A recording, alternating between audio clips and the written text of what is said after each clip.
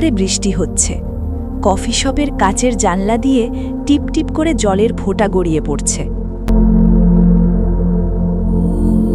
ভেতরে মৃদু jazz music বাজছে, আর সেই সুরের পাশে বসে আছে অনিক। তার হাতে ধরা কফির কাপ থেকে ধোঁয়া উঠে ঝাপসা হয়ে যাচ্ছে জানলাটা। কিন্তু অনিকের চোখ সেই ধোঁয়ায় নয়, বরং শপের দরজার দিকে।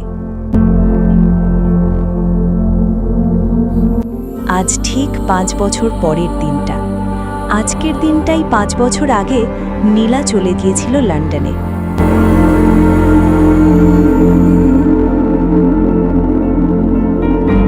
উচ্চশিক্ষার জন্য যাওয়ার সময় কোনো প্রতিশ্রুতি নেয়নি, কোনো কথাও দেয়নি, শুধু বলেছিল ফিরব যখন নিজেকে খুঁজে পাব।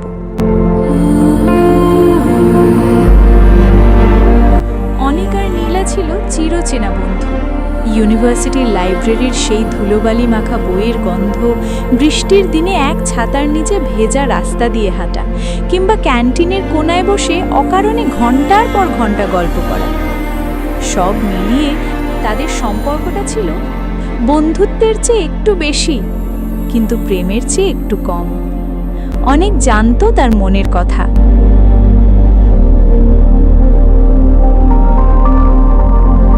কিন্তু বলার সাহস পায়নি। ভেবেছিল সময় হলে সব বলে ফেলবে, কিন্তু সময়ের আগেই নীলা চলে গেল। প্রথম 2 বছর মাঝে মাঝে ইমেইল আসতো, তারপর ধীরে ধীরে যোগাযোগ কমে এলো। শেষ ইমেইলটা এসেছিল 3 বছর আগে। তারপর থেকে নিস্তব্ধতা।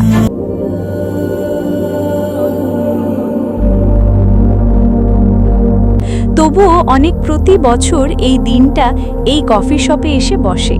বন্ধুরা বলে, পাগল হয়েছিস, ও কি আর ফিরবে? অনেক শুধু হাসে। সে জানে না নীলা ফিরবে কিনা, কিন্তু সে জানে সে অপেক্ষা করবে, কারণ ভালোবাসা মানেই তো অশর্ত অপেক্ষা।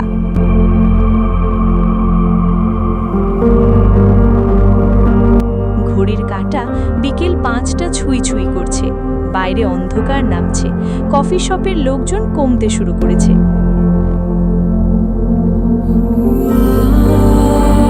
ওয়েটার এসে জিজ্ঞেস করলো, স্যার আর কিছু অর্ডার করবেন? অনেক মাথা নাড়ল, না ধন্যবাদ। ঠিক সেই সময় শপের ঘন্টাটা বেজে উঠল, টিং করে।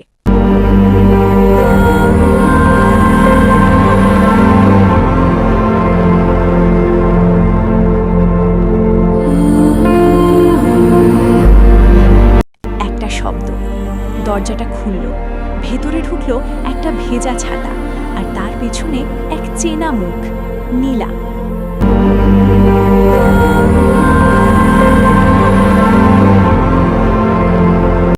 পাঁচ বছরে অনেক বদলে গেছে সে। চুল কিছুটা ছোট, পরনে সাদা রেনকোট, কিন্তু চোখের ওই চেনা দীপ্তিটা একদম অক্ষত। সে দরজার কাছে দাঁড়িয়ে চারদিকে তাকাচ্ছে। তার দৃষ্টি যখন অনেকের ওপর পড়ল, সময়টা যেন থমকে গেল। নীলা ধীর পায়ে এগিয়ে এলো, তার চোখে পানি। বৃষ্টির না অন্য কিছু বোঝা গেল না। অনেকের গলা শুকিয়ে কাঠ হয়ে গেল। সে কিছু বলার আগেই নীলা তার সামনের চেয়ারটা টেনে বসল। এখনো একই জায়গায় বসো? নীলার গলায় এক অদ্ভুত কাঁপন।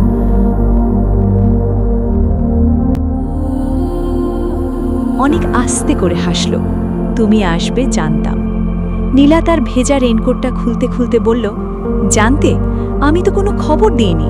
আজ সকালেই প্লেন থেকে নামলাম।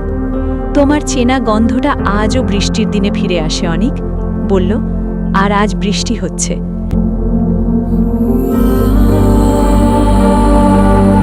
নীলা এক মুহূর্ত চুপ করে রইল, তারপর ডান হাতটা টেবিলের উপর রাখল। অনেক লক্ষ্য করল নীলার আঙ্গুলে কোনো আংটি নেই। লন্ডনে অনেক ঘুরেছি, অনেক বড় বড় বিল্ডিং, ব্যস্ত রাস্তা, নতুন নতুন মানুষ, সব ছিল, কিন্তু নিজেকে খুঁজে পাইনি। জানো কেন? অনেক মাথা নাড়ল। কারণ আমি যেটা খুঁজছিলাম সেটা তো ওখানে ছিল না, সেটা ছিল এখানে, এই শহরে। এই কফি শপে, তোমার অপেক্ষায়।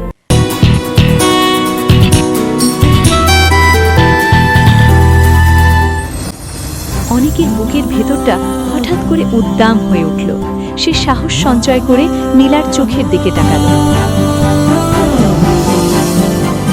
তাহলে কি খুঁজে পেয়েছ? নীলা হাসল, সেই চেনা হাসি। হ্যাঁ, পেয়েছি। যখন জানতে পারলাম তুমি প্রতি বছর এই দিনটা এই জানলার পাশে বসে থাকো, তখন বুঝতে পারলাম আমি আর দেরি করতে পারবো না। বাইরে তখনও মুষলধারে বৃষ্টি হচ্ছে, কিন্তু কফি শপের ভেতরটা এখন আর ঠান্ডা নয়। 2 কাপ কফির মধ্যে দিয়ে দুটি মন মিশে গেল। বছর 5 ব্যবধানটা যেন মুহূর্তের মধ্যে মিলিয়ে গেল। অনেক আস্তে করে বলল, আর যাবে না তো? নীলা তার হাতটা অনিকের হাতের উপর রাখল। না, এখন থেকে যেখানে তুমি, সেখানেই আমি। বৃষ্টি থামল না সেই বিকেলে, কিন্তু অনিক আর নীলার জন্য সেদিন আর বৃষ্টি ছিল না, ছিল শুধু এক নতুন শুরু করার উৎসব। ভালোবাসা হয়তো হারিয়ে যায় না, সে শুধু একটু সময় নেয় নিজেকে প্রমাণ করার জন্য। আর সেই প্রমাণটা আজ পেয়ে গেল অনেক, একটি বৃষ্টি ভেজা বিকেলে।